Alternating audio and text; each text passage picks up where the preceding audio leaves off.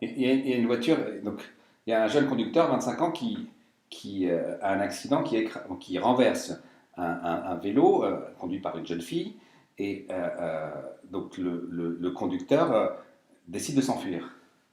Pour qu'il n'y ait pas de trace de sa fuite, eh ben, il sort de sa voiture et il plante un coup de couteau sur la fille sur le vélo, il la tue et il part.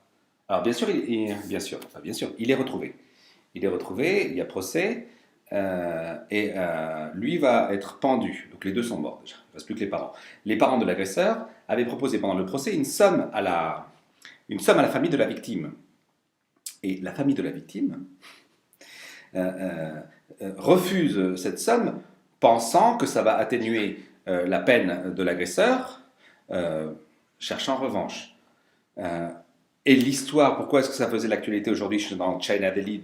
Parce que ça fait 2 ans qu'a eu lieu cet accident.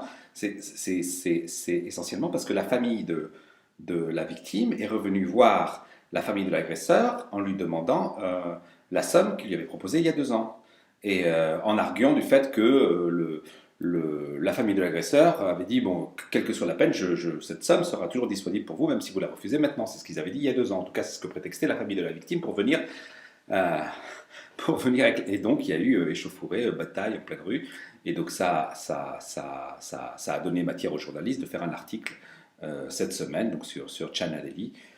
Donc, si tu prends ton vélo, au-delà du fait que l'accident peut être grave pour toi, il y a un sujet de misère profonde. Les gens sont dans une misère telle, l'accident étant un tel sujet de négoce, que les gens sont prêts à tuer pour échapper à leurs problèmes. C'est ça, le sujet, il est là. Il est là.